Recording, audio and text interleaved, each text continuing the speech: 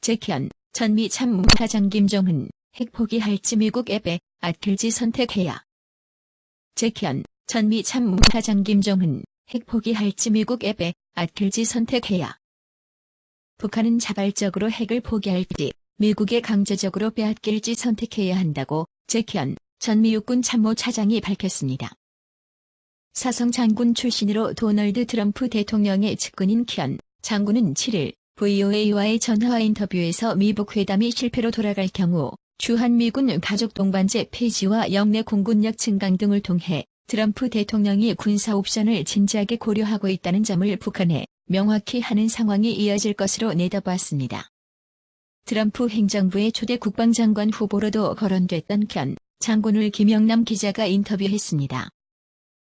기자 미북 정상회담이 예정대로 열릴 전망입니다. 현실적인 목표는 뭐라고 생각하십니까? 현 장군 저는 비핵화라는 트럼프 대통령의 목표에 완전히 동의합니다. 미국은 핵무기와 핵물질 시설, 보관시설, 연구시설, 그리고 탄도미사일 등 모든 것을 완전하게 해결하려 할 겁니다. 미국은 미국의 사찰단을 통해 이를 검증할 수 있어야 합니다. 국제원자력기구는 과거 실패했기 때문에 이 문제를 다시 IAEA에 넘기지 않을 겁니다. 다른 국가들에서 독자적으로 파견하는 사찰단을 환영할 수도 있겠죠. 이번 회담의 목표는 북한의 완전한 비핵화와 이를 검증하는 겁니다. 한 차례의 회담에서 이루어지지는 않겠지만 이게 미국이 추구하는 방향입니다. 기자 한 번의 회담으로 목표 달성이 어렵다면 비핵화까지는 얼마나 걸릴 것으로 내다보십니까? 현 장군 북한은 아마 이 절차를 매우 오랫동안 단계적으로 하려 할 겁니다.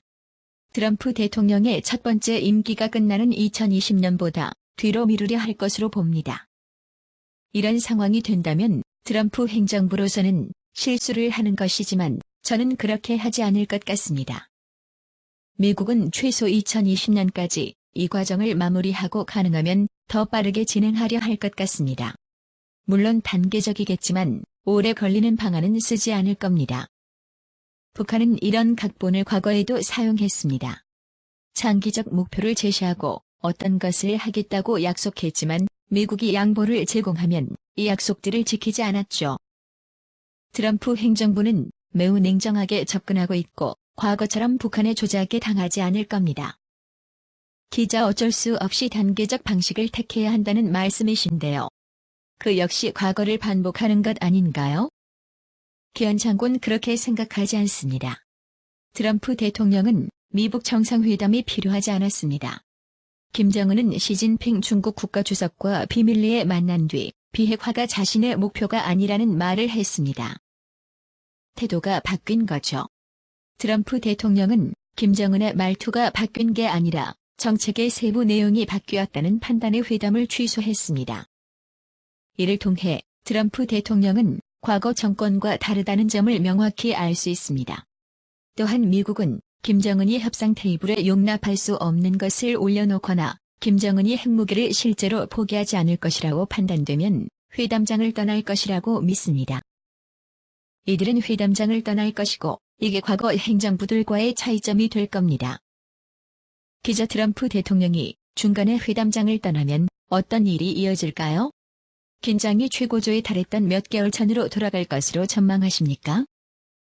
현 장군 첫 번째 회담이 실패할 것 같지는 않지만 회담이 실패하게 된다면 트럼프 대통령은 계속 최대 압박을 가할 겁니다. 미국은 북한에 가할 수 있는 새로운 제재들을 준비해 놨었습니다. 하지만 김정은이 문재인 한국 대통령과 트럼프 대통령을 만나겠다고 하는 등 정책을 바꿔 그런 제재를 가하지 않았죠. 중국에 부과하는 제재도 포함되어 있습니다. 기자 경제 압박 외에 어떤 조치들이 남아있을까요? 현 장군 상황이 악화된다면 미국이 주한미군의 가족 동반제를 중단하는 것을 보게 될 수 있습니다. 미국이 영내 보유 무기와 공군력을 증강할 수도 있습니다. 군사 압박을 늘려 트럼프 대통령이 군사 옵션을 가하는 것에 짐지하다는 것을 김정은 정권이 알도록 하는 방법입니다. 군사 압박을 늘려 트럼프 대통령이 군사 옵션을 가하는 것에 짐지하다는 것을 김정은 정권이 알도록 하는 방법입니다. 만약 북한이 자발적으로 핵무기를 미국에 건네지 않으면 미국은 이를 빼앗을 것이라는 점을 알려주는 거죠. 이는 김정은의 선택입니다. 기자 마이크 폼페오 국무장관은 미국을 타격할 수 있는 북한의 역량을 제한하는 것을 현실적 협상 목표로 제시한 적이 있습니다. 이런 목표에 동의하십니까? 기현 장군, 그런 발언을 듣지는 못했지만 이는 미국의 정책이 아니고 왜 이런 말을 했는지 모르겠습니다. 저는 폼페오 장관과 직접 얘기를 나눠봤는데 폼페오 장관은 완전한 비핵화라는 점에 있어 절대적으로 단호합니다. 저는 북한을 핵보유국으로 놔도 이란이나 극단적인 이슬람 테러리스트들에게 핵무기를 확산할 수 있는 상황을 만든다는 것을 상상할 수 없습니다. 또한 영내 동맹국들을 핵무기나 재래식 무기를 탑재한 탄도미사일로 타격할 역량을 남겨두는 것 역시 말이죠. 이는 용납할 수 없으며 미국의 정책이 아닙니다. 기자 종전선언 가능성이 제기되고 있습니다. 북한에 핵이 있는데도 종전선언이 가능합니까? 기현 장군 저는 주요 당사국인 북한과 한국, 중국, 미국이 종전을 선언하고 평화협정에 서명하는 것은 좋은 일이고 오는 첫 회담에서도 동의가 이루어질 수 있는 부분이라고 생각합니다.